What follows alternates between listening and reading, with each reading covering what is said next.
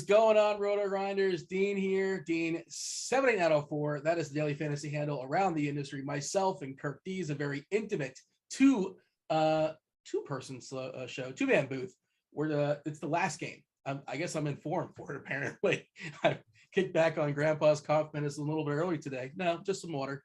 But last game before the All-Star break, Kirk D's 5-gamer tonight, All-Star break. Extended All-Star break. Remember the NBA All-Star break used to only be like maybe 3 or 4 days. We're not coming back until Thursday. Hey man, it's do you have any All-Star game plans? What are we doing? No, we leaving the house? I'm not leaving the house. I'm not going on vacation. I'm not Netflix, basically. Is that the basically I have like every year I'm like, okay, this is what I'm gonna get done. All the list of priority things that I just put away, and so and I never do. I end up playing hockey DFS and I spend all my day like trying to build a hockey lineup. I have no idea like what a power play line 2 is or what, and so I'll do that. And you end up watching the All-Star game and you end up doing DFS on the All-Star game, and then I'll get sucked in that. I'm it's sure. like it's ridiculous. Like you'll do anything you can. But what my plan is to actually get up and running on some of these prop sites and develop my process. That's what I've been telling myself I'm going to do, but we'll see what happens. What about your weather system you have in beta? You ever going to start working? See, that's just one of the projects I was supposed to do that last All-Star break, and I didn't. That's what happens. Oh man, you've been talking about that one for years. What are you going to do? My taxes? That sounds like a lot of fun, right? I was going to say that, but I don't want to say the T word. The T word is not a friendly word. I mean, I have a guy, but I have to get all organized for my guy. Next subject. Yeah, I'm sure I'm going to end up watching maybe Money Heist. I don't know. I got a list. It's not bad. It's pretty good. It's a pretty good show. You like? It's weird. I don't understand how is this money? It's a bank heist. It's 5 seasons. We're robbing the bank for 5 seasons. Yeah, I stopped. I think I made it like 3 seasons. Yeah, I really enjoyed the first season. No spoilers, but I don't understand how you're robbing a bank for 5 seasons. I couldn't give you a spoiler. I can't even tell you anything about it, but I definitely watched it. Tell me what I should watch there, and if you guys are hanging out. Episode 2 of Tom and Pammy. Pamela Lee is one of the great episodes of all time. Anybody who's watching the show, make sure you watch it if you have some free time. Episode 2, it's on Hulu. Yeah, I'm gonna watch that, and I've heard won't disappoint. Doesn't disappoint. Seth Rogen is behind that, so it's no surprise that the spoilers that I've heard, and they look great. They look exactly like them. They did a very good job making them look like Tom and Pam. But yeah, for sure, I'm gonna fire that up too. Just gonna knock out a bunch of stuff. Well, tell us in chat what you guys are doing during the All-Star break. And when I say chat, not the YouTube chat, unfortunately. What up, YouTube? Hit that like button, do subscribe, do turn on those notifications. It appreciates, we appreciate that. It keeps our lights on here, and it helps out with the old algorithm as well. But if you guys want to hang out with us, we have plenty of time to answer like any sort of long form questions regarding just sort of like lineup building. Obviously we can do 2v2 stuff, or if you like this guy or that guy, we're happy to answer those questions as well. Where would you put those questions? In our Discord, rotogrinders.com/Discord, the live stream chat channel. By the way, I saw somebody drop this like at 1 o'clock in the morning last night. I happened to have the channel still open, the live stream chat channel. Somebody just dropped, they won 100K last night. Shout out to, I don't know if this person may or may not be lurking still, but DPC374. At 1:22 in the morning, dropped 100K on FanDuel. Looks like the swing man over there. So congrats to them. I'm not sure if they're still lurking, but shout out to them. That's pretty awesome. They win themselves some 6 figures. I've never won 6 figures. I feel like you have. You won 6 figures, right? Yeah. It's there's nothing like it. Yeah. It's got to be good times for sure. I'm not somebody that really chases live finals either, but Peacemaker. I have been watching Peacemaker, and that's a lot of fun. I've been watching that in the old HBO with John Cena. I have not been watching that. I have been watching Gemstones. Last episode was electric too. The little peephole. Did you like? I like Baby Billy. I mean, that was electric. That was Not only that, the puke. Spoilers. We're spoiling. So if you haven't seen it and you're about to watch it, close your ears. It's not a big plot line, but yeah. The puke was amazing. It's like that one of those One of those memes or like those gifs of that puking guy. You know what I'm talking about? Oh yeah, I know what you're talking about. Yeah, Yeah. that is a show that's not afraid to go there for sure. Yeah. But then the peephole was electric. That was freaking hilarious. But they are, yeah, they're having some fun this season on the Gemstones for sure. And I'm not sure how many more episodes are left, but I've been enjoying that as well.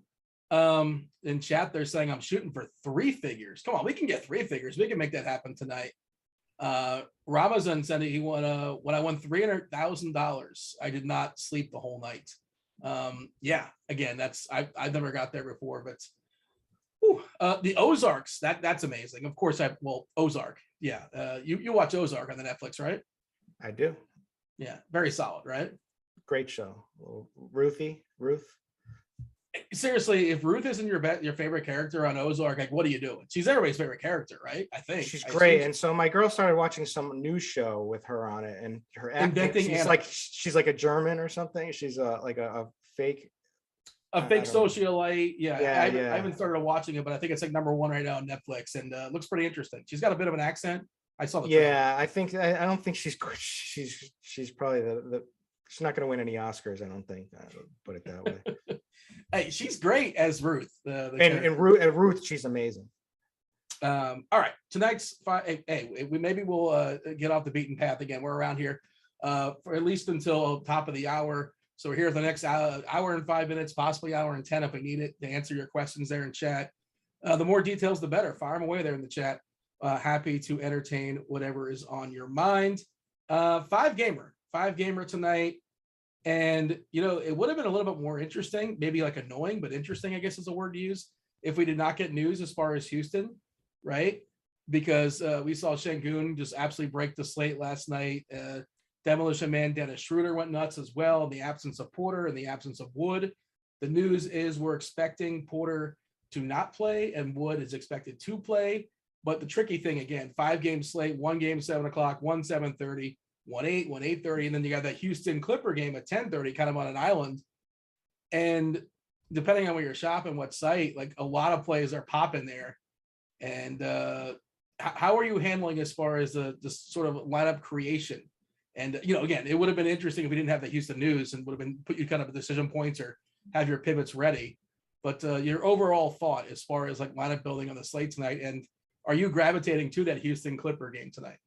I mean, first off, there's no real news we're even waiting for at this point, right? Like, unless we get something that's just out of the ordinary, right? Last day before the All-Star break, we might. Correct. We might get some. So last night I got extremely lucky. So I played Şengün and I got that switch in with like 10 seconds before the Raptors game went off. And I didn't even, because I had to cook dinner and like I was trying to like manage everything. And I was like, okay, KPJ's out. And then I didn't even see that Wood was out. I just saw the KPJ. And then I was like, you know what? I better take a quick look. And then I looked, I was like, Wood's out. I was like, oh my gosh. And so I got the switch done with like 10 seconds to spare. And so that was good. So I ended up having a good night. And maybe the same will happen again tonight. But yeah, I'm not expecting anything at this point. I mean, like Jimmy Butler was huge. And we got that real early today that he was on track to play. I mean, we've got enough stars. We've got the value. I think I am going to be playing Houston for sure. I mean, you have to at this point. Like Dennis Schroeder was absolutely just chucking last night, 25% usage, played a boatload of minutes. So I'm a little worried, but now KPJ's out again. Add Eric Gordon to the list. Yeah. It's just him and Jalen Green for like guards, right? Like Christopher, I guess will pick up a little bit of time too. But I think he's so cheap. I think we got to play him again.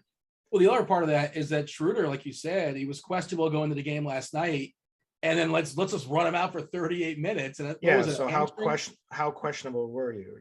How questionable were you? And like, is there a chance he doesn't play tonight? Like, I'm assuming he does. I mean, people are saying that, but then like you see Eric Gordon now, it's like, what are they going to do? It's just going to be Jalen Green and Christopher the whole time. I don't know. It's the Rockets. They don't care. Like if they lose, whatever. He looked fine. I think that was bogus that his little Q tag yesterday, but we'll see. Okay, interesting. Yeah, I mean, and there's different ways of looking at it, and I just don't know. You don't just go and play 39 minutes, and he looked absolutely completely fine. If like you really had something like that was really questionable during the day. Is he looking to get bought? Is he looking to get bought out? I don't know. I really don't know. It makes no sense for him to be there He right probably now. doesn't want to be like, rotting away in Houston. And I'm guessing this is his only, I think his contract's over the end of the year. Pretty sure. Did he turn down like 80 million or something like that? So the contract is small right now, but but he turned down a bunch of money and probably not happy with his agent. Things did not work out for him, but And you saw what he's like on your Celtics. Did you enjoy the tenure he had? I thought he was okay. I just didn't think he was a really good fit for the team because he guns too much. He can't play defense. Like, the Celtics are all about the switchable, everybody switchable. And then he guns a little bit too much and he takes away from like Jalen and Tatum. So I didn't care. I thought he was like a fine pickup because they paid nothing for him. No, I mean, I'm much happier with Derek White, even though he let some people down last night. Am I wrong to say that he turned down like 80 million from the Lakers or something like that? Yeah, I think it was even more or something. It was some ridiculous amount of money that he turned down with the Lakers. And he was like, So the Lakers front office proven terrible, potentially worse. This would make me like the things that they did. The Lakers, oh man, the decisions that organization, like, they were upset, I suppose, that they did not get Schroeder to sign. All right, let's dive in tonight's 5-game slate. First game on tap is my Miami Heat. They're in Charlotte. Nice pace game for Miami, obviously. Bit of a downgrade for the Hornets. 226.5 is the total. Miami is a 5-point favorite in this game. As far as who's in and who's out, as far as we're monitoring, you mentioned already, Butler is expected to play tonight. Caleb Martin was, what did they call him last night? Like an active scratch? I think that's what they called him. Healthy scratch? Yeah, well, they said he was going to play. No, they said he was going, but not playing before the game, which I thought was interesting. No hero. It is a revenge/brother game, right? His brother's on the other side of this game. I believe so. Wait, is he still in this team, or am I getting confused now? I think their brothers are in play today. I think he's on. Oh, Cody Martin's hurt. That's what it is. Yeah, Cody Martin's not playing right now for Charlotte. The Charlotte side, of course, without Gordon Hayward, Cody Martin, Jalen McDaniels, Miami expected to have Jimmy Butler to go. Caleb Martin, don't know if he's going to play. Don't know if it matters. Same thing with Udonis Haslam's got an eye. He might be available. Dwayne Dedmon is out, and Hero's the big one being out there for Miami. Overall assessment as far as this game, how excited are you about it? Whichever side you want to start on, go for it. I mean, I'm typically always excited to play people against the Hornets. We know that the Hornets are first in pace. Over the last 15 games, they're second in pace. They push the pace, and that's who they are. The Heat, and however, used to push the pace for a couple of years, but this year they do not push the pace at all. So it is a pace-up spot. So I would look like some guys on the Heat, at least look at them, because especially the Hornets 23rd in defensive rating. It comes down to prices. We would have had a ton of plays in this game if Butler was out, but Butler is probably my favorite play on the slate, and he's playing. When he goes 100%. I think this is a great matchup for him with the pace-up spot. They're also Hornets are bottom third in blocks and steals, and so I'm always looking for that in games from Jimmy Butler, because that's really how he excels, and that's what I'm always looking for on sites like FanDuel and Yahoo, and I primarily play on Yahoo, so I'm constantly looking at that. He's got massive minutes upside. I don't think we have to worry about it's right before the All-Star break. I don't think we have to worry about any kind of limit on his minutes. I think if he goes, he's 100%, and they're not worried about anything. And so I'm assuming the same. Kyle Lowry is pretty cheap on certain sites, and would have been much better if Butler was out, but I think he's still in play here tonight. And then Bam, we can always play too as well. I'm least excited about Bam, but I don't know. But then the Hornets side, it's like, who do we bring it back with? It's a much worse matchup for them. Yeah. You can still play LaMelo, Terry Rozier. Hold on. You want to take some water? Go ahead. I can step in and relieve you. I saw you mentioned Lowry, and Lowry distinctly better play on FanDuel than he is on DK. Lowry 6'6" on DK. That's playable. We currently have him projected at 18%, but on FanDuel we got Lowry at what looks like 36%, because he's 1K cheaper at 5.6K. Inversely, I think the price for Butler a little bit more appealing on DK, but of course he's playable on both sites. Butler 9-1 on FanDuel, 8-8 on DK, and Bam, a better play on DK than he is on FanDuel as well, 8-4 on DK. I don't think he's going to get played much at all on FanDuel. Well, maybe he will. You can find the salary, 9.5K. What I wanted to ask you about, and again, I don't know how much this stuff matters because but the Hornets, what are they doing with their rotations? It's just, I'm sure you've noticed, they're playing, Montrezl Harrell alongside Plumlee. Yeah, shout out to the guy last show when the Hornets were on. Is Plumlee gonna break the slate or whatever? I'm like, I don't think so. I'm not, I didn't give an endorsement or a nah wave, but Plumlee went nuts last game. Dude, not only did he go nuts, but he had 4 fouls in the first half, which was crazy too. Respect to Borrego to keep him out there. I love when. I don't get what they're doing either. They're playing PJ with. I don't like Plumlee playing with PJ Washington. I think PJ Washington is terrible anyway. But I don't like when they play together, and now they're playing Harold together with Plumlee. It's crazy what they're doing. But they're killing spacing. It's just weird. Yeah, I don't understand. How do you play Harold and Plumlee alongside each other a lot? And they're doing that. And I guess that's the plan going. They were facing Minnesota, which they got some big boys over there. But so I don't know if that was case by case thing, but they've done it a couple times now. Yeah. And is that what we're expecting going forward? And also JT Thor is getting some run for whatever that's worth. Not enough to consider him, but just eating away at some other players. It's an 8-man rotation. He's eating away at what's the guy that was kicked out of the rotation last game? Book Night. Not that it matters, but yeah. So what we do know is that Ball, Rozier, and Bridges are going to get their run. Yeah.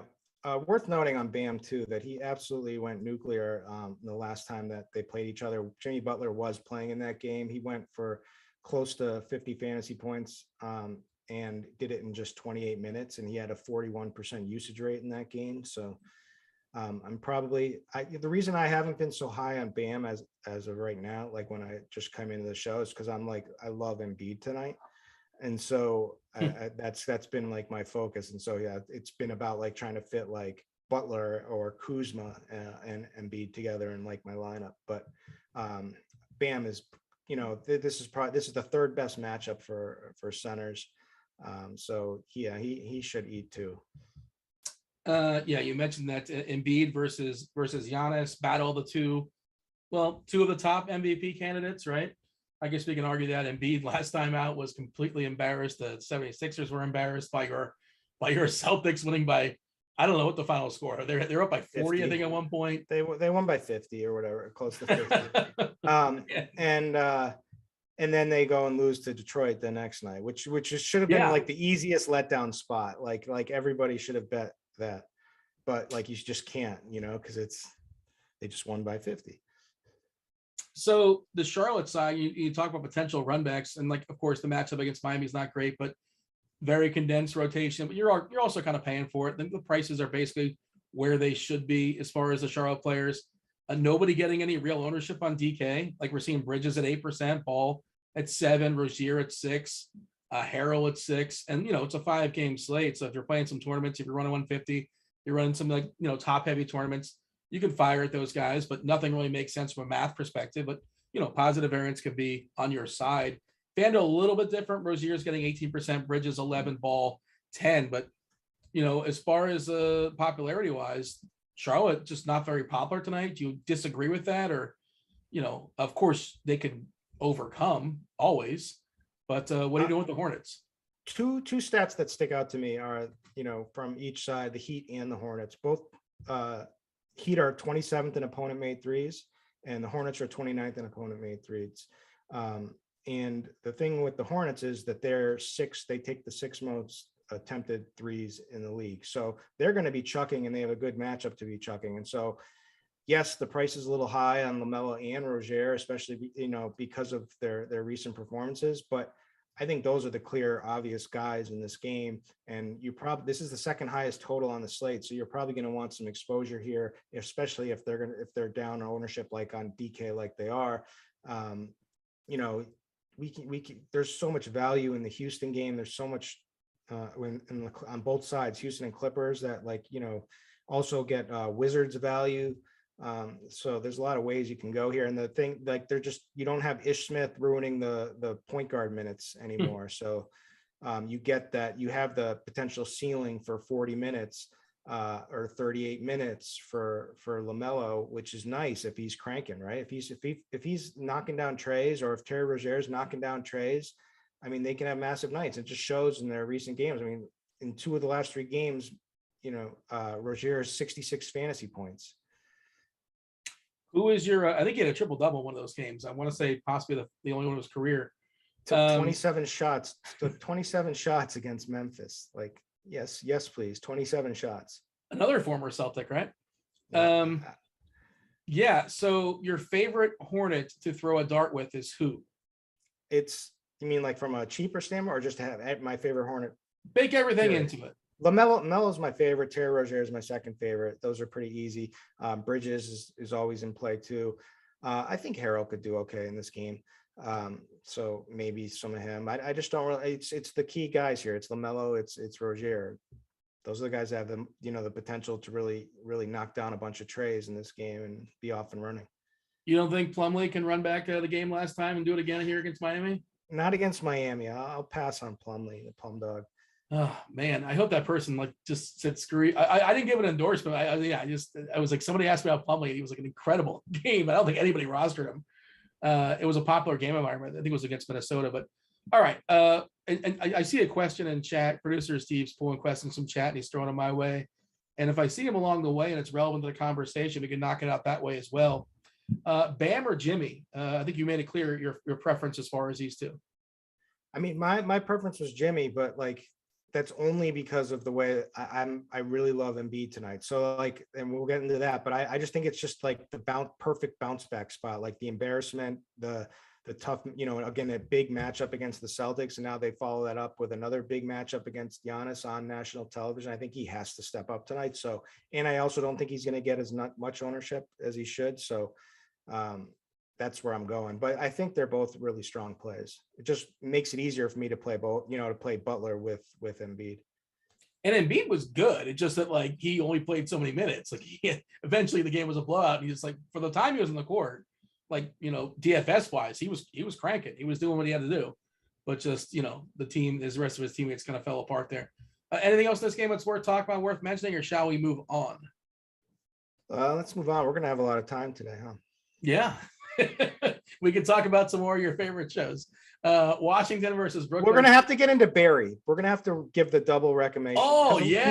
Not enough people talk about that show or like that show. Like a lot of people haven't seen that show.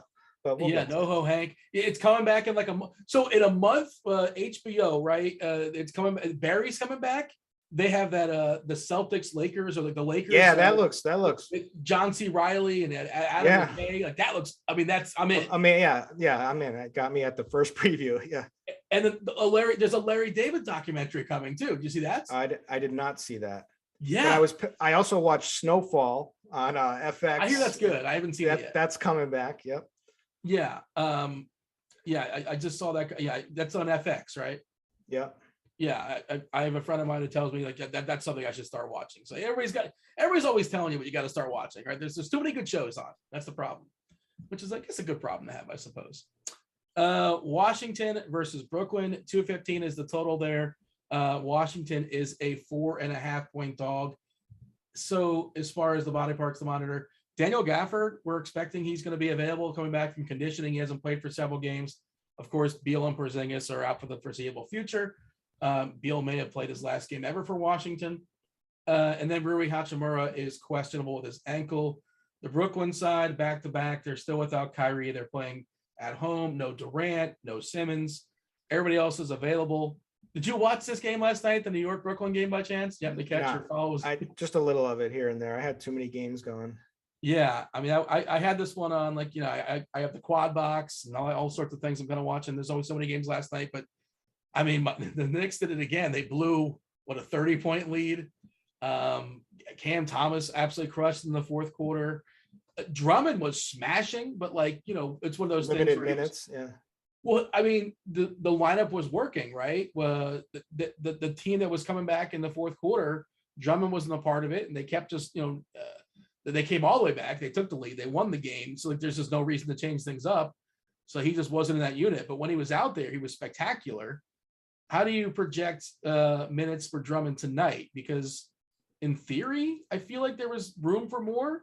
Like I think he stopped playing basically halfway through the third because again, that second unit just crushed LMA and so Thomas and those guys.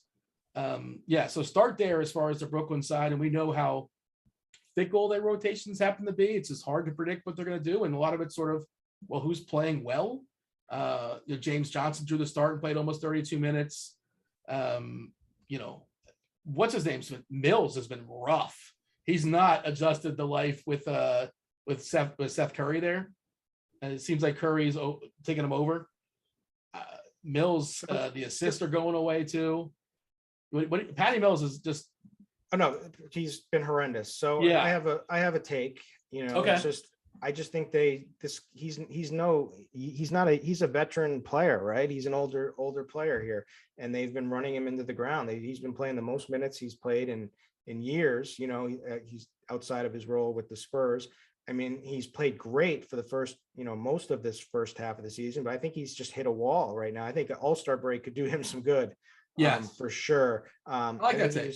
His shooting, and it's just clear in his shooting, right? And so he's taking less shots, but he's taking less shots because he's not hitting his shots, and he's a little bit more hesitant now to fire. So yeah, he's been an extreme disappointment, but there's other guys that have, they got Seth now, and Seth has been Seth is an amazing offensive player.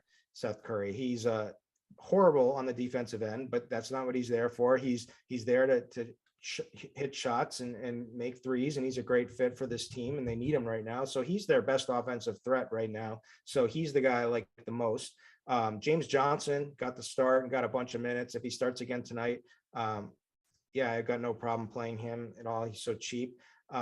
So I'll hold off on Patty Mills, at least till after the All-Star break. I'll give him another chance. Cam Thomas is a guy that looks great when he's on the court, right? Looks he can good. Score.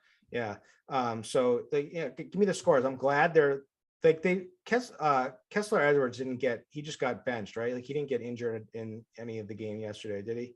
Because he only played 8 minutes. I don't think so. Yeah, he just played the first half. I don't think he played the second. Yeah, he did not play the second half. I don't think it was an injury. I think it just, for whatever reason, he stinks. He stinks on the offensive end. He's a good defender, but he's and people were playing this guy because of the minutes for so long. I'm glad I don't even have to make that. We had that situation where it was like Edwards and Thomas, and we were like playing 3 or 4 of them when like everybody's out and there was no Curry. And but that's not the situation now, obviously. And Bruce Brown turned back into Bruce Brown yesterday. Yeah, well, he didn't have 8 stocks. Like, who could have predicted that? So LMA played 6 minutes in the first half, 6. And then he played 15 or 16. And again, he was a part of that second unit that went nuts. Cam Thomas, Mills was out there too for the most part too, but he just was kind of there along for the ride. It was mostly the LMA and Cam Thomas show there on the comeback, and James Johnson. But and again, you look, you pull up the court IQ, and like some teams it's really, really clean, and it's like, oh, okay, that's how it always looks. And Brooklyn's always just it's so choppy, and you never really know. First half, second half, there's discrepancies, game to game, there's discrepancies. So Drummond had 11 and 19 in less than 23 minutes, right? Yeah. If nothing else, he's a really interesting tournament player. Now I know you play a lot on Yahoo, and that's where he's like got the worst price. I want to say he's $30 over there still. Doesn't mean you can't play him, but like he's better priced other places. What do you expect out of Drummond? I kind of like Drummond tonight. I on DK on FanDuel potentially. I think what we really should probably talk about to address this is what is Washington going to be doing on the big side, right? Like, so looks like Thomas Bryant is going to play, even though everyone speculated that he wouldn't because it's a back-to-back. He's now probable, and Daniel Gafford's in. But the problem is neither of these guys can play big minutes. Gafford's been held out for conditioning, right, lately. So I think his will be he won't have big minutes in this game.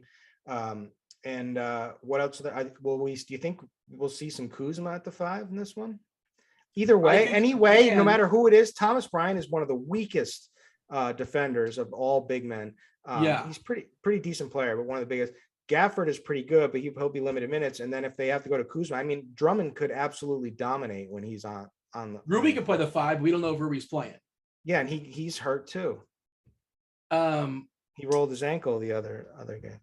yeah, it's really they have Vernon Carey Jr. You want to feel old? That's Vernon Carey, the offensive lineman for the Dolphins kid. Remember him? The Dolphins, the old lineman? No, like in 2005, give or take. Just a lineman on the Dolphins. Yeah, you're shocked. You're shocked. I don't know who that is. Like it's my bad. Like it's my fault here. I'm from South Florida, so like all my friends would know who Vernon Carey is. But I guess yeah, maybe I'm in a bubble. Anybody in chat know who Vernon Carey is?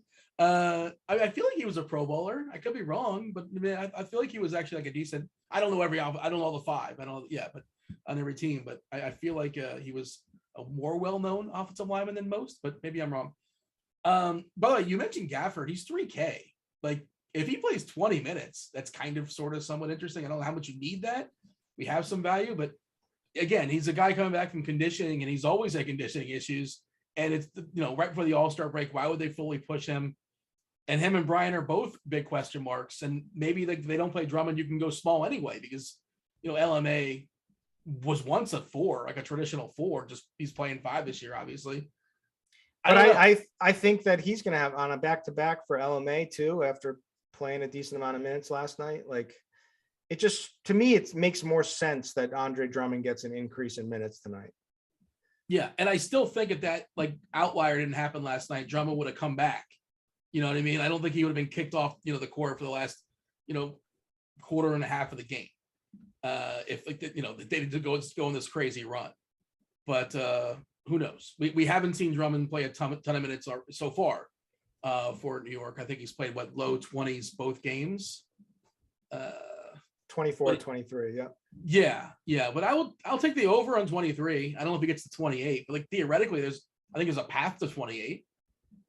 Right. Yeah, I think he smashes tonight.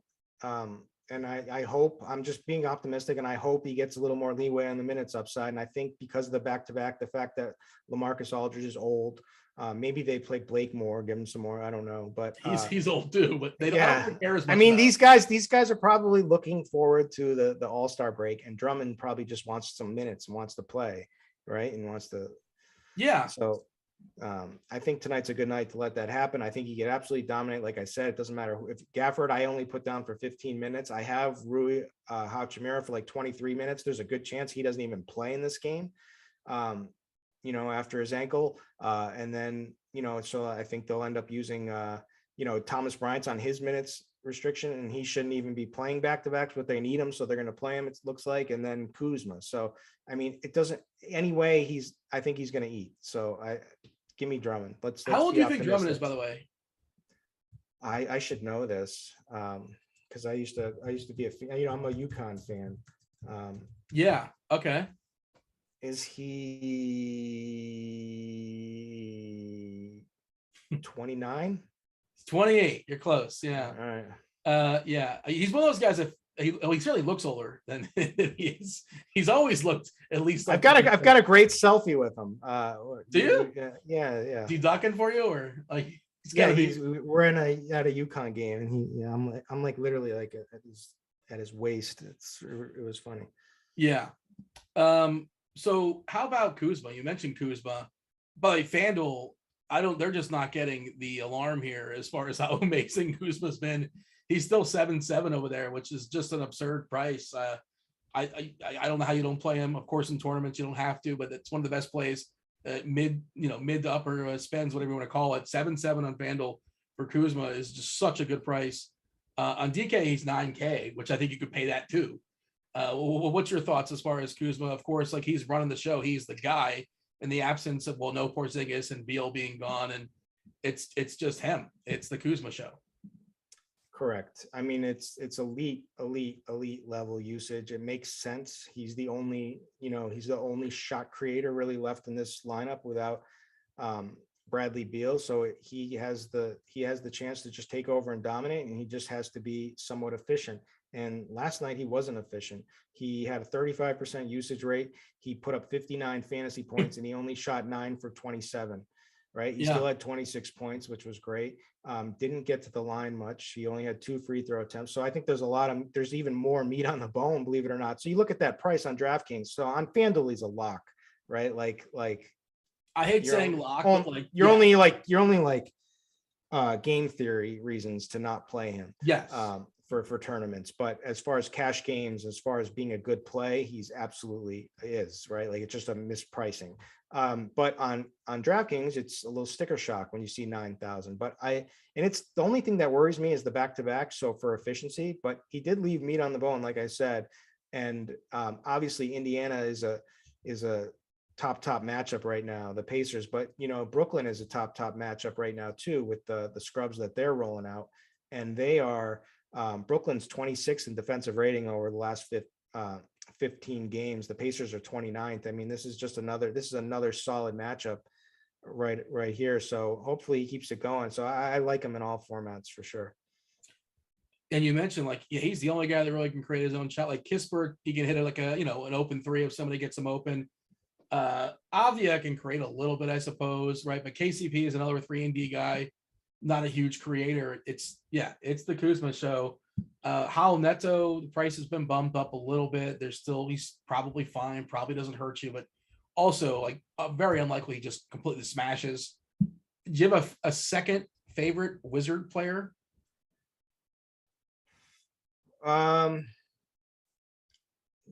Flyer would be okay. So I mean, KCP has got a bust tonight, right? Like, so I just feel so lucky to get 40 fantasy points out of him last night that I don't want to put any more money into him. I want to sell that stock. The minutes are there. Obviously the role is great. He is capable of getting some defensive stats and whatnot. And he was knocking down threes. Good matchup for him. Again, it just feels like the back-to-back to me it's going to hurt him in this situation. So I'm going to try to convince myself to fade him. I'm not sure if I am at this point, but so I would probably lean towards guys like Denny Adjia, or give me a flyer with Ish Smith. Like, if this game plays a little crazy because of the back-to-backs, if Neto's like, has a short leash, he isn't quite so good tonight, then Ish comes in and starts chucking. I could see that happening. The tricky thing with KCP is that like he's really, really cheap. So it makes it a little bit harder from the bust. 4.2 on FanDuel. He's 4.4 on DK. Again, did he put up 40 points last night? Is that right? Yeah, I guess I said I got my 40 from him last night. I'm like, sell. Like, okay, this is it. I know he was good. I didn't know. Yeah, he was 9 for 18. Probably not taking 18 shots again. But again, there's not a lot of shooters up in this team. 3 steals. He's a good defensive player, but you can't really rely on 3 steals and not much else in the. He did a crazy block too, but they called it a foul. I forgot who it was on. Yeah, I mean, he's a filler player. Like, I'm not seeking him out, but if I land on him, I'm probably going to be okay with it. That's pretty much where I'm at. Avdia, he's interesting for tournaments, probably not starting.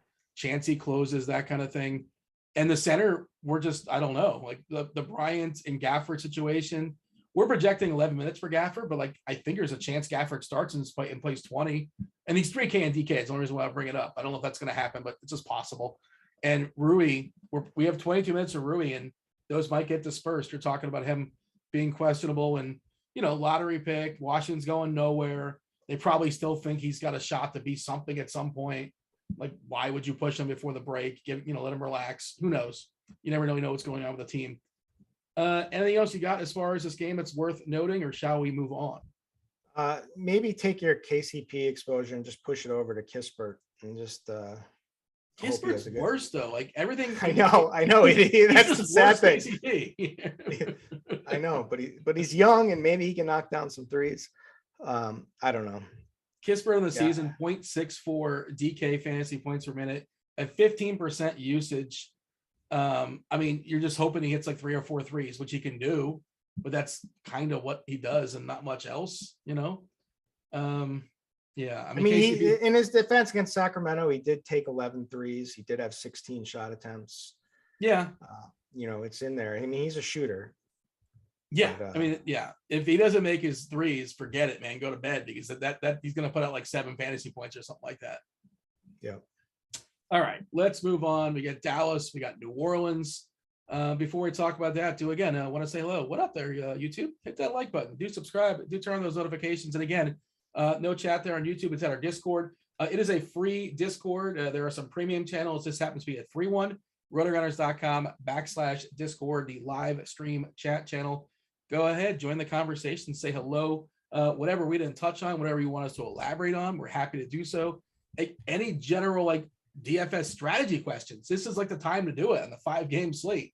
If you have anything on your mind in that, fire away by all means. Kirk D is he's taking out 6 figures on the reg. At least once. That's not true. That's not on the reg. That's not true. Several times, I think. Yes. Few times.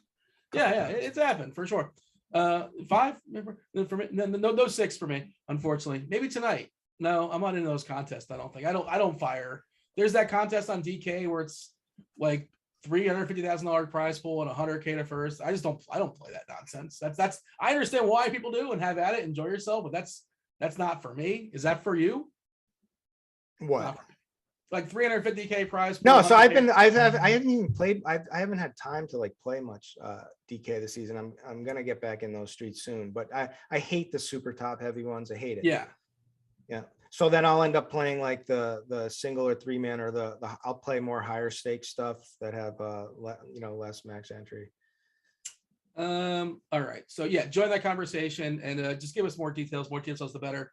Let us know if it's FanDuel, if it's DraftKings, if it's Yahoo. We got Kid Yahoo right here. If it's for tournaments, if it's for cash, if it's for a top heavy contest or a single entry, all that stuff does matter. Producer Steve is pulling those questions, going to throw them our way. We'll got another plug. Let's plug Stevie and his NASCAR package. We got Daytona coming up on Sunday. You playing? Of course. It's Do you know anything about it? You're just gonna use as a I binked like 40K once in NASCAR, and so okay. I like always have fun. I have fond memories of it. That's all from just Stevie's package. It's Stevie's package. Sorry. But Stevie's the man. Nobody does what he does. Everybody tries to copy what he does. There's a great community in the chat there that you get the Discord that you get access to. Stevie is always in there answering every question. He gives you good bets. So I can't say enough good thing. This is not like, I'm not one to like just start. Normally I just keep my mouth shut when you're plugging things here and there. Yeah. This one I feel passionate about, so I had to get in here. So you don't feel passionate that people should join the chat and join the live stream chat channel? Maybe, yeah. No, I get it. I can't really say. I haven't really used it before, so I can't. I mean, I heard good things, but I can't say because I don't play NASCAR. Maybe I will. There's no basketball. Get in those streets on Sunday. Get in those streets. Oh man, maybe is a top heavy it's like $1 million contest, I believe, this weekend. Yeah, this is the biggest. So it will be top heavy, but there's a lot of like they have tons of contests. So there's a lot of good stuff to get into. I've won tickets to NASCAR before, and therefore I was forced to play it. And I'll just say, and I'm sure you know this, people haven't played before. It's the worst sweat because dude, I got I started playing so heavy, like I was playing Thunderdome NASCARs when it was like one of the only sports going over. So I had it. I came back. Everything was great. I was in first place. There was like 7 laps to go, and my guy was a runaway. God, who was it now? I can't even remember who it was. I should know who it was. Denny Hamlin, I think it was. But they were like, what a victory for this is smooth sailing, cruise control. This one's over. And all of a sudden his tire blows out and he rams into the wall and I lost. It was the worst. It was like, I was literally depressed for like the next 3 weeks. I was walking around like, oh. What happened? What happened? Live winnings when you have NASCAR? Because I do. It's fun. So it's either you get the positive feeling of like, oh look, I'm printing money right now. Let's keep it holding on, or you're like, oh, nothing matters until the very end. There's gonna be crashes, so you're like rooting for crashes. So there's like it's a fun sweat. It is a fun sweat. It's awful when your guy crashes and wrecks. That's terrible. Yeah. I mean, that's it. Game over. And like, they have the little icons of like a car like turned upside down or something like that on DK. And it's I guess this is not good. I don't know a lot about NASCAR, but this is probably not promising. All right. Next game is Dallas and New Orleans. We have a 216.5 total. Not very appealing. Dallas is a 2.5 point favorite. Of course, Dallas plays slow. They're a pretty good defensive team. So general rule, not a very sexy team when it comes to DFS. As far as their injuries, well, Marquise Chris is out. Ntilikina is questionable for what it's worth. Trey Burke is questionable. The big one, I guess, is Reggie Bullock. if he plays, if he doesn't play, right? Like that affects some things a little bit. I don't know how much it matters, but it matters to some degree. Maybe for guys like Dwight Powell or Maxi Kleber, like those kind of guys. I don't know how much you're on their radar as is, but obviously the key piece, and you got to pay for him, is Luca Doncic. Luca Doncic has been just annihilating the world in the absence of Hardaway, the absence of Porzingis. Like we talked about Kuzma, it's his show. This is the Luca show. Brunson's there too, but whatever. It's the Luca show. When it comes to the studs tonight, though, you talked about liking Butler. You already talked about liking Embiid. We live in the world of a salary cap. He's expensive, Luca. Are you prioritizing him or not? Maybe not necessarily.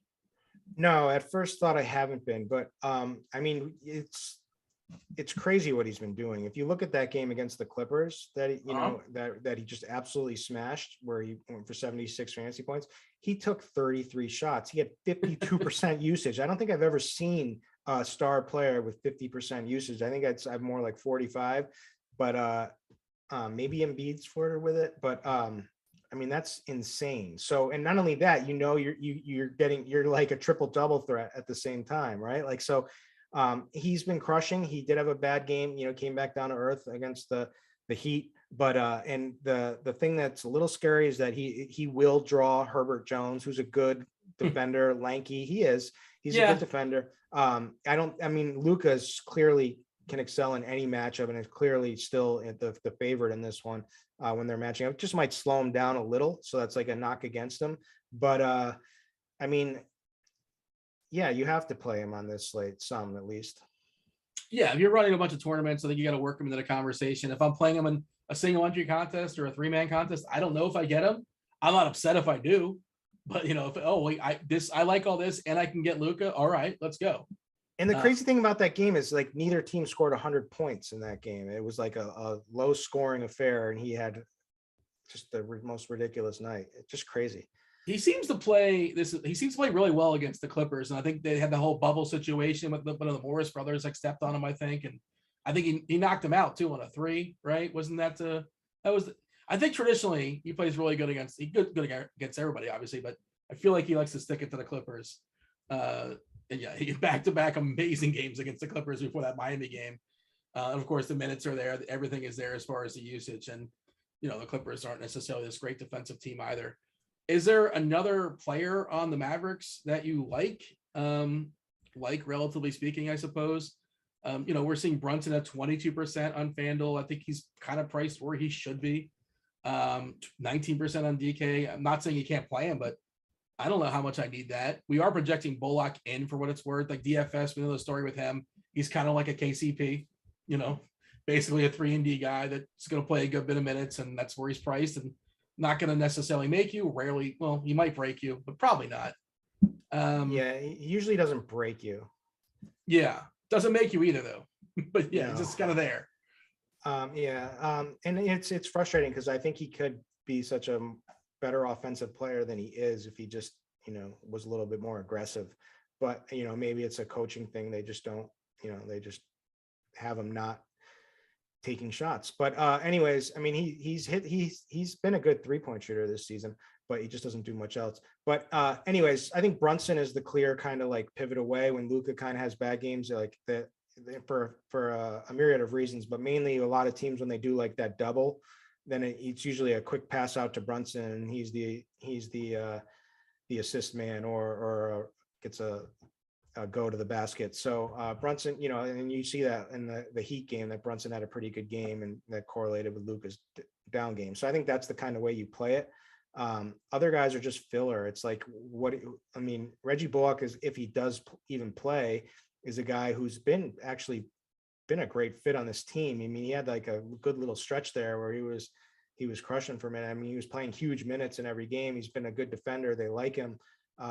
So I guess he would be the next guy for me. I mean, maybe Dorian Finney-Smith, like you said, but he's just a filler. Like there's no reason to get excited there. So it would really just be Jalen Brunson would be the guy. Maybe like, I don't know. I don't really want to recommend Dwight Powell. No, I don't either. I just don't. It's basically Luca or bust for me. Yeah, I think it's Luca or Brunson. Yeah, and I like that thought process of if you're not playing Luca, maybe bump Brunson up a little bit in your brain. I get that. The New Orleans side, McCollum. I think McCollum's been hurting Ingram. He's been hurting Valanciunas. And now McCollum's got a pretty big price, 8.4K on FanDuel. He's 8.5 on DK. I don't like New Orleans just as and like Dallas, of course, they play slow and they're a good defensive team. I think they're my least favorite team in this slate. Is that reasonable? They're right there with Charlotte, right? Yeah. So the Mavs 30th in pace, 5th in defensive rating. They limit production. They're top 2 in opponent blocks and opponent steals per game. They're number 1 in opponent made threes. It's just like there's slim pickings for like fantasy production on the other side in these games. Could it happen? Yeah, but it's tough to get there a lot. I think. CJ McCollum has still been underowned. He's come right in and played amazing, and he's taking up massive usage, and he's had really good fantasy games, and people aren't playing him. So I think you can certainly play him. This price certainly has come up to 8,500. It's a little iffy. It makes you really kind of want to shift back to Brandon Ingram, thinking that he might, step it up a gear a little bit. But I don't know. I think Jackson Hayes could be a guy like on a slate like tonight where we're kind of scrounging for some alternate. We know where there's clear value, and we'll get to that when we get to those later games. But when we're looking for pivots, he could be a guy that makes for some pivots because he's cheap price point. But there's not a ton of love here. Yeah, I mean, Hayes is another guy that's I don't know if it's correlation or causation or if it's just sort of a coincidence, but he's also been sputtering since the arrival of CJ. So. There's nobody to love on this team, but you got to get the qualifier if you're playing 100 lineups. If you're looking for somebody to differentiate your one player in a single entry contest, nobody's playing McCollum in a single entry contest. You know how those ownership squeeze on single entry or 3 entry max. That goes down. I don't think anybody in New Orleans is gonna be very, very popular. If you were to pick isolate one to fire in a single entry contest or a 3 entry max contest, would it be CJ? Yes, but I'll also pivot to J-Val, who's underwhelmed certainly for a while now. But the only reason is it makes more sense in a slower paced game that he could be. He'll get his looks on. It's a tough defensive matchup, but he'll get his looks on the block. They'll go to him. That'll be a lot of the offense will be to try to feed him down low and let him go to work. And he's only 7,400. So he might be, but again, I like too many centers tonight. There's a lot of centers I like. So the best place to play him, not to cut you off, but on FanDuel, he's 6'4". 6'4" in FanDuel is, I think that's the best place to unleash Valanciunas. 7'4" in DK, 29 in Yahoo, which he's a tick below Drummond, right? Where is he as far as the power rankings and centers?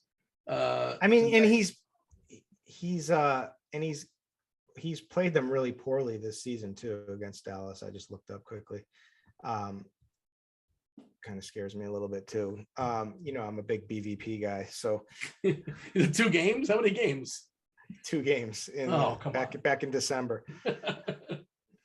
I just pulled it up now. The 2 of us did Yahoo rankings today. Where were the 2? The Bam Adebayo price. We kind of mentioned them, $35. You talk about Embiid. That we both have those guys on the podium. Bam at $35 on Yahoo is really nice, and 54 for Embiid. You have him number 1, even considering dollar for dollar. You talked about how much you like Embiid tonight. I got him 3rd, but I'm not going to argue with you, obviously. And that's more I get normally I know from an actual projection standpoint, a point per dollar projection, Bam is the play, but I just bump him up because I think this is a smash spot for him, and I think he's going to go nuts tonight. So yeah, if you were to specifically do dollar for dollar, then the rankings would look so different. We'd all have the same. We'd all have the exact same ranking. Every player the same. Yeah, it's a mix. The way I do it, my brain is a dollar for dollar, of course. The guy more likely to play.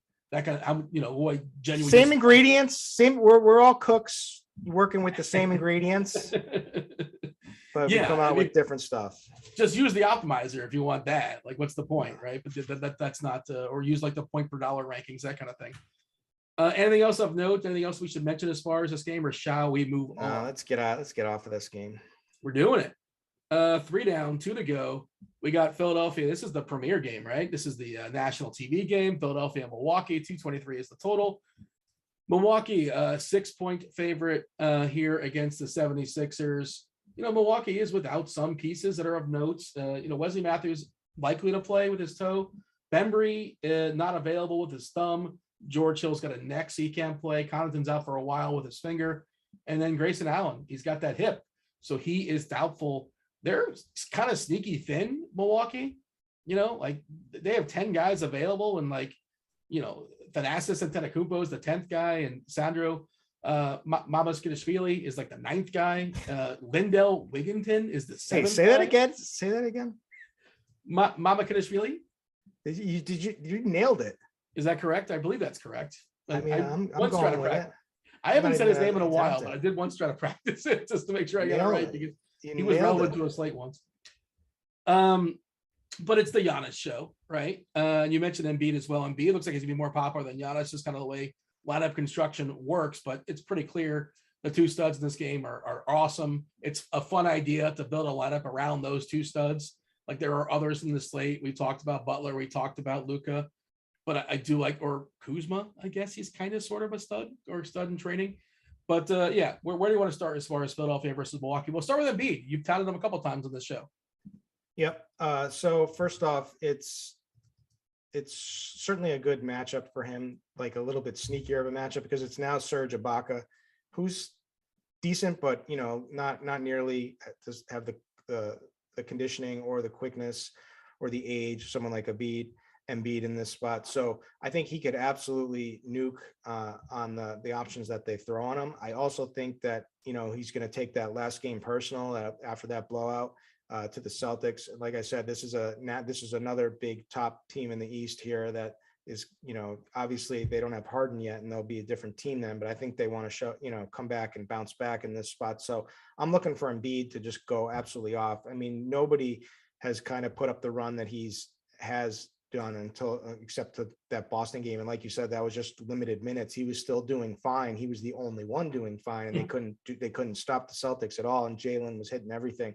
But you look at a guy that's pushed 40% plus, high 40s, like on the regular, right? Like the offense completely throws. He's the first option on offense. They also the ball will go through him no matter what. So if he's not taking the shot, he's going to be in line for the assist. Most likely. He's a great rebounder, gets the defensive stats. I mean, he's an MVP candidate right now. He's the leading MVP candidate right now. What more do you really have to say? But this is, do you agree with that? Out of curiosity? So I kind of think that the big men are a little bit overrated in today's NBA game. And so I think he kind of slows up the game. I don't see them winning it all. If they go on and they go on to win it all, I wish they didn't have the vote until the end, and it mattered who absolutely wins it all, because I think then it would make more sense. I'm just doubting it. But from a regular season perspective, I mean, the only thing is some of him been missing games at some points, but he's kind of put that to bed this season. He's been out there playing massive minutes and been barely sitting. So I guess I do kind of agree with it. Who do you think? Jokic? Yeah, I mean, it's just like it's a silly thing, but Denver, most valuable player. Denver's what, the 4 seed or so in the West. They would be one of the worst teams of basketball if Jokic wasn't on that team. Well, right? I mean, so would the 76ers. They'd be better than Denver would without Philadelphia without Harden, obviously, too, right? I assume that's the thing. Or with Harden, I don't know how you want to work. Yeah, well, they haven't played with Harden yet. So. Yeah, but I mean, he's on layaway. He is technically a 76er. But yeah, I think Jokic is the best. We even saw him last. I mean, not the ISO just one play, but I'm sure you saw that walk off they had last night versus Golden State.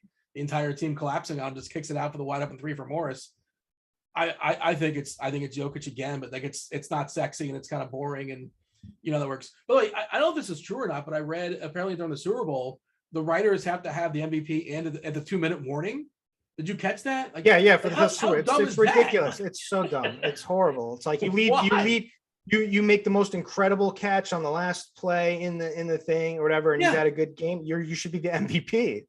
But nope. Yeah. It was already voted for a couple of minutes ago. Donald would have won MVP, I think, possibly. I think Cooper Kupp was getting it no matter what, because I think he did change. He was the clear offensive threat in that game when and then, the fact that he was still able to, help and get the touchdown when they were essentially triple teaming him. They were double and triple teaming him, just made it that more impressive to me. Plus he was the MVP of the season, I think. Kind of a So season award, yeah. It was kind of like, that just made, I didn't think, a lot of people were saying they thought it should have been Donald. I disagreed with that.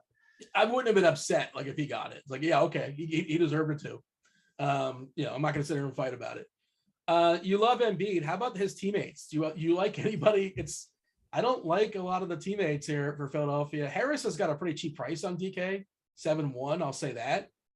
But Maxey is 6'3". It's kind of where he should be. I know Danny Green is 3-1. I'm still almost definitely not playing Danny Green in 2022. It's just not happening.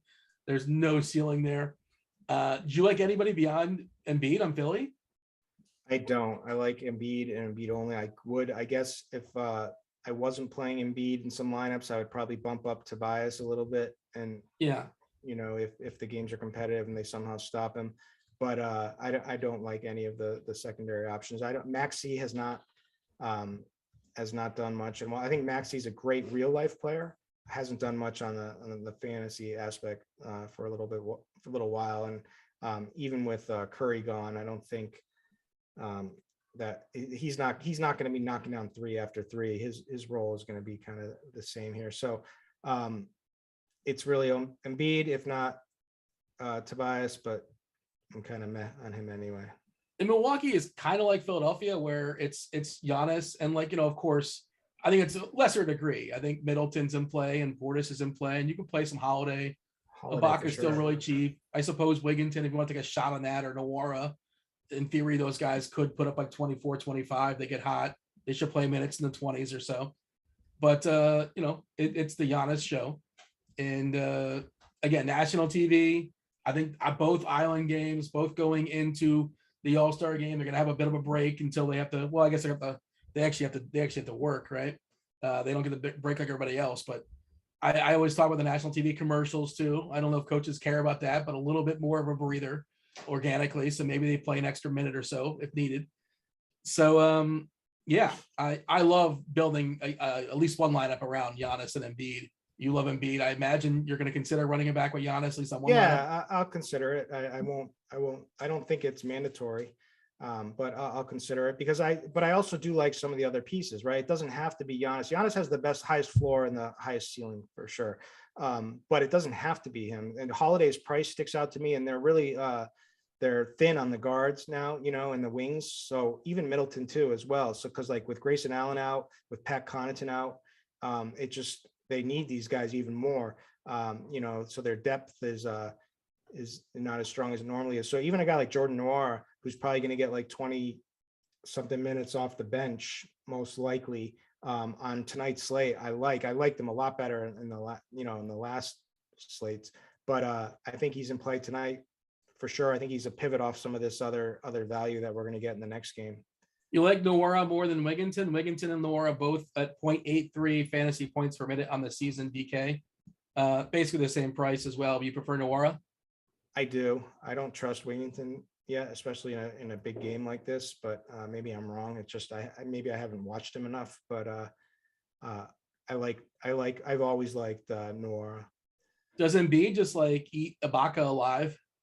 He should, and they're playing it. I mean, I couldn't believe Ibaka got 31 minutes in Portland that night, which is crazy to me. But I think he absolutely eats. I think as the game goes, he will totally wear down Ibaka and just take him to school. And they don't really have much other options, No. To slow him down. So. Yeah, there's not a lot of size in that Milwaukee side. Like Giannis can play some 5, obviously, but there's Thanasis might get a little bit of run. Embiid will get Giannis in foul trouble real quick too. He'll be shifty like that if they do that. Yeah, that's possible. I hope that doesn't happen, but yeah, that's so annoying. Anything else that's of note here as far as the Milwaukee side? But it's mostly the Giannis show, and you play the two studs and have at it. But we can move on to the the hammer. Yeah, I think for me, I honestly, if I'm playing this game the way I think it's going to break out, I'm bumping up Middleton and Holiday exposure, playing them alone, one of those guys with Embiid. And the thought process partly is potential Giannis foul trouble. Potential, just the fact that also the minutes, there's a really high minutes ceiling potential with these guys in a tight game because of their lack of wing and guard depth. All right, the last game, this is for DFS people only. Houston versus the Clippers. 228 is the total. It's a big old number. Clippers are 11-point favorites against Houston. Christian Wood didn't play last night with an illness. He should be available tonight. KPJ still feeling particularly ill. He had the fish, so he is doubtful. And Eric Gordon, he's got an old groin, so he's not going to play tonight, which really opens stuff up there for Houston. Clippers, Powell's going to be out for a while, but otherwise they're pretty healthy. And similar to Brooklyn, Kirkies, like the Clippers just have a very volatile rotation, pending on a lot of things and who's playing well and whatever. But, we are seeing some value on the Clippers side. Reggie Jackson, the minutes have been fully unleashed for him. If you look at the old game log, they got rid of Bledsoe, but 36 minutes last time, 37, 40. Can we expect that going forward? Maybe. I guess he can play that amount. He should play well against Houston. And also, he's popping on DK at 6.8K. For Reggie Jackson, he's 44% owned, which, like, you tell that to anybody like a month ago. So what? Zubac's been getting some more run of late too. Like Nard Dog's really cheap, 3.2. Man bumped up to 5.1. Coffee's 3.5. There's a lot of playable guys in the Clippers, but I never like Jackson's the best one, but he's also the most popular. What do you know with the Clippers? All right, overall game environment. This game is the nuts, right? If the Rockets can somehow keep it close. So we've got Houston playing at the second fastest pace. We've got them the worst defense by far in the NBA. They are all young. They play sloppy. They play fast. They're 30th in defensive rating. They're also 30th in defensive rating over the last 15 games. The last 15 games, the Clippers have been 19th. So they haven't been the best defensive team either. They've been getting worse. And obviously that makes a lot of sense with not having Paul George, as they've been, going down. It's been a while now, and they've lost some players and whatnot. There's a lot of value here in this game. If this game stays close, there's a lot of, nice fantasy production. The fact that on the Rockets side, or did you tell me you wanted me to start on the Clippers or the? Whatever you want to do. I set you up for the Clippers, but whatever you want to do, man. You can talk about the whole game, whatever. I'll start there. But so the Clippers, so we're going to have some, Terrence Mann for like 5,100, that's not like too much of a price increase for the kind of role in the minutes that he's going to see in this game. And especially with the steal and block upside, so like all these guys are in play. Luke Kennard is 3,200. He's someone who is a shot creator. He's someone that should be able to score a bunch in this game. He's cheap. So this is where the value's at. Zubac has been playing obviously more minutes now without Ibaka there. So, we've seen in the last 2 out of 3 games, 33 and 31 minutes. So there's massive upside against the Rockets. It's a good spot for everyone. Reggie, obviously he's great. He's not always great, but the minutes have been great for sure. I do worry a little bit, in the blowout, he'll probably, they'll probably rest him a little bit more if that did happen, but I'm just going to attack this game like it's going to play normally. And I'm going to have pieces of all of it. And I especially have pieces on the other side too, on the Rockets. Yeah, like last game, man, was pretty dreadful for what it's worth. And he didn't even close, didn't even sniff the fourth quarter. That's the trickiness of their sort of rotations. We saw Kennard close last game, but I agree. Like this feels like a good game where man should thrive. He had a really solid game the game prior. How Houston's such a positive opponent. We didn't mention Batum, I don't think, but he's kind of sort of somewhat there too. God, I never play this. The guy's been crushing. Now. I don't know what to do with him. It's like 1,000. He was washed like 4 years ago, wasn't he? Like on the he's looked pretty good, but he's looked. I've played him at times when people are out and whatnot. But it's like he's doing well recently. But the age model. Yeah. he's up there. But yeah, I think he's in play. He's so cheap. He's 4,200. Amir Coffey's cheap too. In his minutes, I mean, he's been dreadful in his minutes. You know, he has seen some decent minutes in the 2 out of the last 3 games. And he can score. There should be a better role for him, but it's been like Batum is what's been affecting him, I think. They're also cheap on DK. Like Kennard 3.2, Coffee at 3.5. Like I think he should be fine, but I don't think I need that. Batum's 4.2 now, which is like not like a gimme. So like whatever. And he probably doesn't start. He probably plays minutes in the mid-20s, but like he's been playing well. The run he's been getting. FanDuel just kind of pulling up our popularity.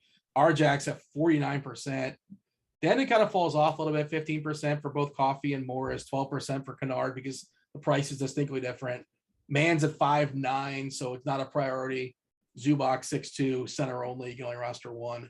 What about the Rockets? Because, you know, Demolition Man Dennis Schroeder is 4.3 on FanDuel, played a ton of minutes last night. We're projecting 34 tonight. For that asking price, he should smash 45% ownership there on FanDuel and 32% on DK, where he's 4.4. And then, you know, filling it out with guys like Jalen Green and KJ Martin and Tate. Şengün, does he play any minutes alongside Wood tonight? Because, you know. Yeah, he will. But I do worry about the back-to-back. I think it's clear. He's probably a clear fade tonight. I don't think he does play enough. I just want to reiterate too. And I know Lip's finally joined us in chat. Lip 5. He's probably been on a 3-day drinking bender or something, but he finally showed up. He just said man ? I think man is going to erupt in this game tonight. I think it's the perfect game. I think it's great that he had a bad one in his last one that people kind of were like, oh, I don't want to play this guy anymore. I just think he's going to erupt in this. I think it's the perfect game. But back to the Houston side, Şengün was awesome last night, but tonight this will be Christian Wood's spot. When he's on the floor, when KPJ is off the floor, he is the guy that gets all the usage. Şengün, whenever he plays, is going to be a permanent guy. He just does a lot of everything and is great. But now with Wood back, I think he's the play here. Yeah, like fantasy points per minute in the season, Wood 1.22 on DK, Şengün 1.13. We are projecting Şengün to play a few minutes alongside Wood for what it's worth. We got Wood for 32 and Şengün for 20. So, and like we've seen that go back and forth this season as far as the coach saying we're not going to play them together and then playing them together. And why wouldn't you? Like, what is the point? Like, just let's see if you have something going forward. You're going nowhere anyway. Do you like flyers on like a Garrison Matthews or a KJ Martin? Gary Bird, absolutely. What's the nickname? Gary Bird. They call KJ Martin? Oh, no, Garrison. No. Okay. Yeah.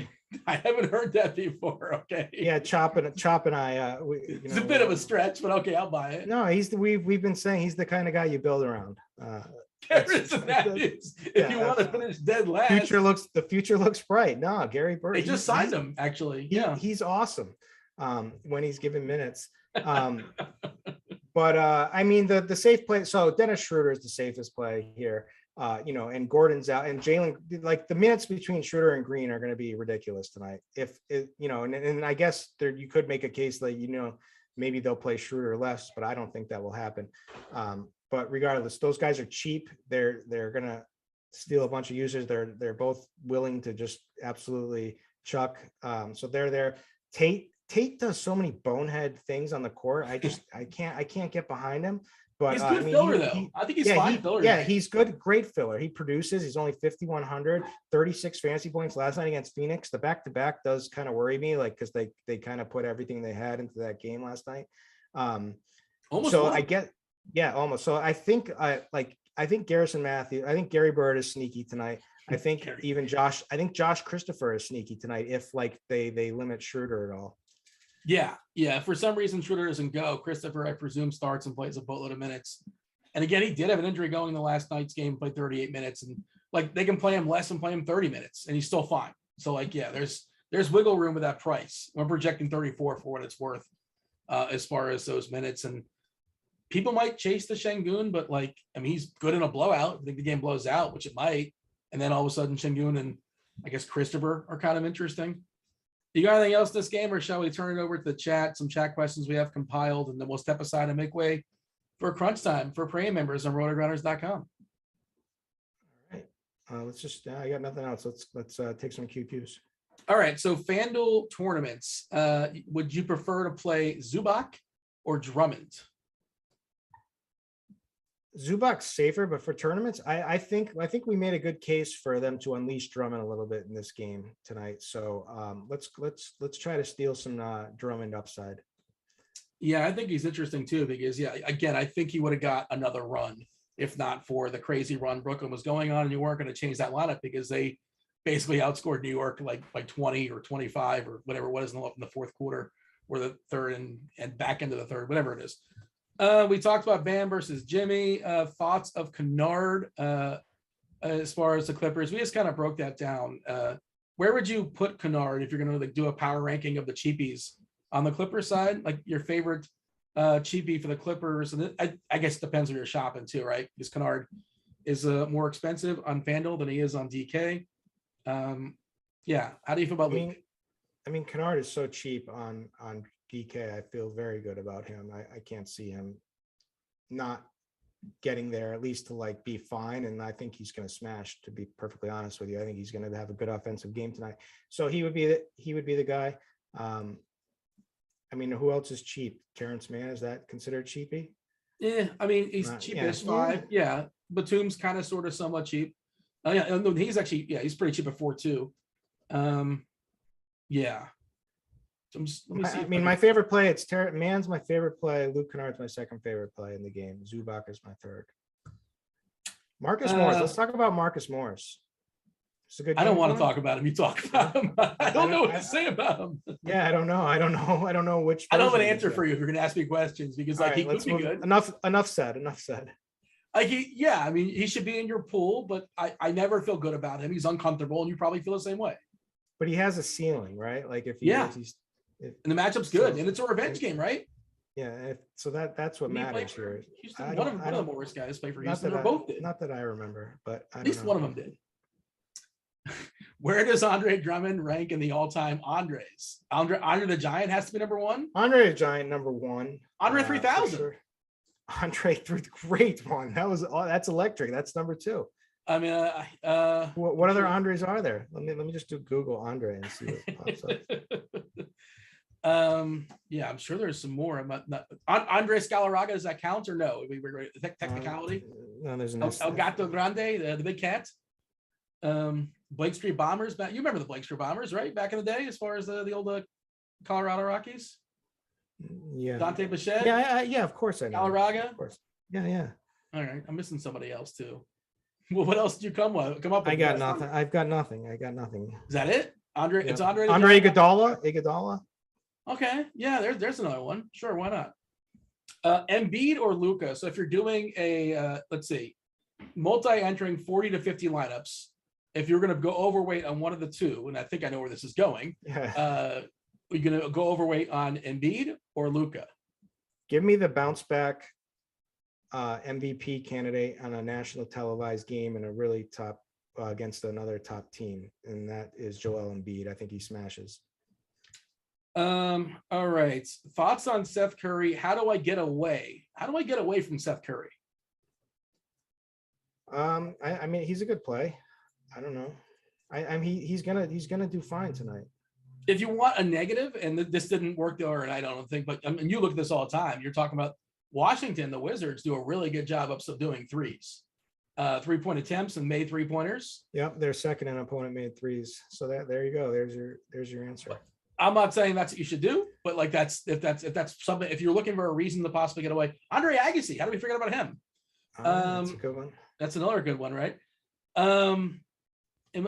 Their team has changed though. The construct of the Washington's changed. So does it matter, or is that just like a team philosophy? We talked about this the other day, and I still don't have an answer for it as far as the Wizards and like that. Why are they good at subduing 3-pointers? Because they're so easily exploited on the front court, and so the teams aren't. The ball just heads into the front court, and then people drive to the basket with not much defense. So that's the answer, I think. And then they do have some decent wing defenders. I mean, KCP is a pretty good defender. So I just think it's what they're lacking that everyone else takes advantage of. Thoughts on Shake Milton DK specifically? They've kind of worked him back slowly, right? What are his minutes projection tonight? I got him down for 20. Okay, that's just not enough at 4K. Yeah, I mean, stranger things have happened, but no, I'm not. I probably won't have too much. I mean, it could work out for you. You got to game stack it up. What's your favorite game stack? I mean, it's Houston. It's Rockets Clippers is clear. I think the one that I think you can stack the Hornets Heat too, and hope this game gets. I hope that Charlotte dictates the pace if this game gets a little bit sloppy. And like I said, both of these teams don't guard the 3-point line much, and they just give up loads of 3-point points to each opponent. So. And because it's the first game, it probably won't get it as much, and everyone's going to be on this Rocket Clippers. So Heat Hornets would be certainly a number 2 for me. Andre Miller, former Chucker for Philadelphia. Yeah. He once scored 50 points in the game. There's another Andre for you. And Andre Ethier. Andre Dawson, the Hawk. Chicago. Yeah, he was on the Cubs. He was in the Marlins too. Very, very briefly in the Marlins. But yes, he was on the Cubs and he was on the Expos. There you go. Anything else in the chat before we step aside and make way for crunch time? I think we mostly got everything. If I missed anything, my apologies. See what Andy has to say tonight. Kevin Roth, Andy Means, and a GPP player yet to be named. I don't know who it is. I just want to reiterate before we leave, I want to get this out there. Make sure you guys watch episode 2 of Tommy and Pam. It is absolutely electric. Watch it. And then hit me up on Twitter about it. Do you recommend that I watch the first episode first? You can. I want to watch the show. Yeah, so at least get through 2 episodes. Yeah. The first one's a little slow, but the second one cranks right up for you. We mentioned Barry earlier, the greatest half-hour episode of TV that we've seen in our lifetime, I think. Might be that. I've said that. Now, you agree with me. I think it's... Well, I said it when it happened, like live. I did too. I think if we check tweets, I think I tweeted first, Dean. I'm sure check the tweets. It was incredible. Let's check the forensics on this one. That is one of the best. That is probably the best episode I've seen out of any show. It's the wildest crazy. 33 minutes. It was so crazy. And who's the Fuchs? Fuchs is so good in that episode. Yes, we watch Barry too, and the new season of Barry starts in like a month or so or something like that. But well, you know who I got in the Barry? Dave Potts. Cheese is good. He's a fan of it as well. You can talk to him about it. Yeah, he should. He absolutely amazing show. People don't give it the respect it deserves. Yes, we filled the time. I think it's up for like some. It was up for some Emmys. I'm pretty sure. So maybe not. Maybe the critics like it. Critics are a big fan. It's like 99 on Rotten Tomatoes. It's a big number. Check out Barry and HBO. We got to make way. We did it. By the way, 5-gamer. We filled the time, an hour and a half. I don't know who doubted us, but like that wasn't. Come on, we can do this all day long. I can go another half hour if you want to. We can't. We got to step aside and make way for crunch time. Do appreciate y'all watching us. Enjoy the break. I'm sure I presume we'll have some all-star content on the site, some hockey content, of course, MMA, NASCAR, all that good stuff, basketball. We'll be back on next Thursday. So you guys enjoy yourself. Stay safe. Hit a like button there on YouTube. Smash it. Whatever your adds to a choice may or may not be. Do turn on the notifications so you know when we go not live next time. And Kirk D, is anything else for the road? We getting out of here or what? No, let's episode 2, Pam and Tommy. I'm gonna watch it. I will watch it and I'll let you know over the break. Right. That was Kirk D's. That was producer Steve. Appreciate y'all watching. That was basketball. Stay tuned for crunch time on Rotogrinders.com. For premium members, I was Dean. We're out of here. Holler.